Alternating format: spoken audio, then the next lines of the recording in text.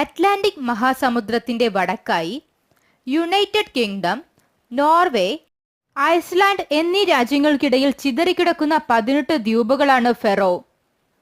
ഡെൻമാർക്കിന്റെ 2 കോളനികളിൽ ഒന്നാണിത്.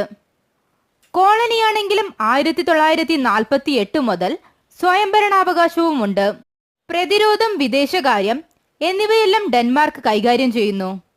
8-ാം നൂറ്റാണ്ടിൽ Norwegian വൈക്കിങ്ങുകൾ കോളനിയാക്കിയ ferro ദ്വീപുകൾ 1035-ൽ നോർവേയുടെ ഭരണപ്രദേശമായി. 1380-ൽ നോർവേ ഇത് ഡെൻമാർക്കിന് കൊടുത്തു. 1945-ലെ സ്വാതന്ത്ര്യ സമര പ്രസ്ഥാനങ്ങൾ ഫെറോ ദ്വീപിനെ സ്വതന്ത്ര രാഷ്ട്രമായി പ്രഖ്യാപിച്ചെങ്കിലും നൂറ്റാണ്ടുകളായി കൈവശം വച്ചിരുന്ന ഭൂമി വിട്ടുകൊടുക്കാൻ ഡാനിഷ് രാജകുടുംബം തയ്യാറായില്ല.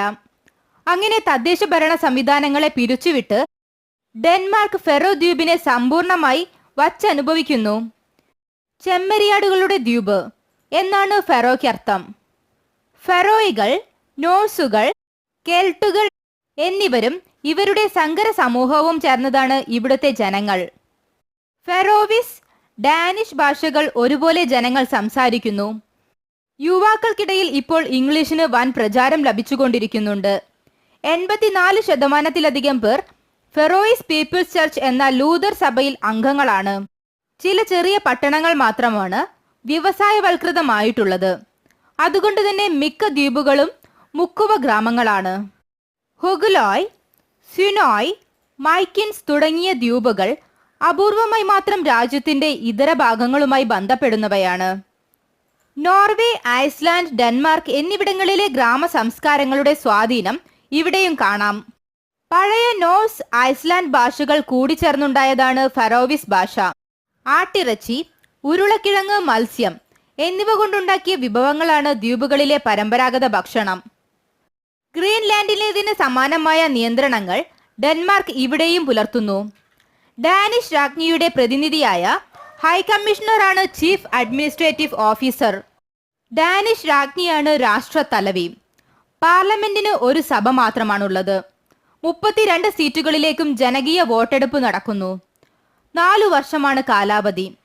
സഭാ നേതാവ് പ്രധാനമന്ത്രിയാകും. ഇദ്ദേഹമാണ് സർക്കാർ തലവൻ. ഡാനിഷ് പാർലമെന്റിലേക്ക് 2 അംഗങ്ങളെ തിരഞ്ഞെടുത്തയക്കാം. ഫെറോയ്ക്ക് 1117 കിലോമീറ്റർ കടൽത്തീരമുണ്ട്. ലിറ്റ്ലഡിമം എന്ന ദ്വീപിൽ ജനവാസമേയില്ല. ചൂട് കുറഞ്ഞ വേനലും തണുപ്പ് കുറഞ്ഞ ശൈത്യവുമാണ് ശരാശരി കാലാവസ്ഥ. ശൈത്യകാലത്ത് കൊടുങ്കാറ്റും പുകമഞ്ഞും സാധാരണമാണ്. ഇവിടുത്തെ മീൻ കയറ്റുമതിയാണ് പ്രധാന വരുമാന മാർഗം. ഡാനിഷ് ഗവൺമെന്റിന്റെ സാമ്പത്തിക സഹായവും ലഭിക്കുന്നുണ്ട്. 2000 മുതൽ വിദേശ നിക്ഷേപം ആകർഷിക്കാനുള്ള ശ്രമങ്ങൾ നടന്നുവരികയാണ്. വിവര സാങ്കേതിക വിദ്യയിലും മുന്നേറാൻ യത്നിക്കുന്നുണ്ട് ഇവർ.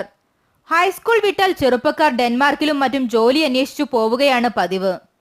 9-ാം നൂറ്റാണ്ടിൽ ഹരാൾഡ് രാജാവിന്റെ വെറുപ്പ് നേടി നോർവേയിൽ നിന്ന് കുടിയേറി വന്നവരാണ് ഫെറോയിലെ ആദ്യകാല കോളനി സ്ഥാപകർ.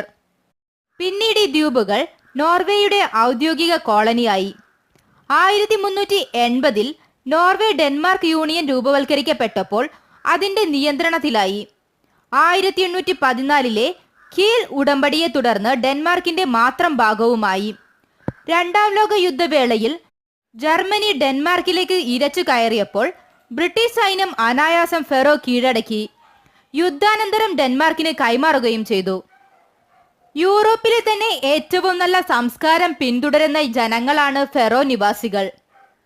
ഏതാണ്ട് 49,290 ഇവിടത്തെ ജനസംഖ്യ. വ്യത്യസ്തമായ വസ്ത്രധാരണം ഇവരുടെ പ്രത്യേകതയാണ്. എണ്ണത്തിൽ കുറവാണെങ്കിലും ഇവിടുത്തെ സ്ത്രീകൾ ദ്വീപ് പോലെ തന്നെ അതീവ സൗന്ദര്യമുള്ളവരാണ്. ഫെറോ ദ്വീപിനെ കുറിച്ചുള്ള വീഡിയോ ഇവിടെ പൂർണ്ണമാകുന്നു. അടുത്ത വീഡിയോയുമായി കാണും വരെ ഗുഡ് ബൈ.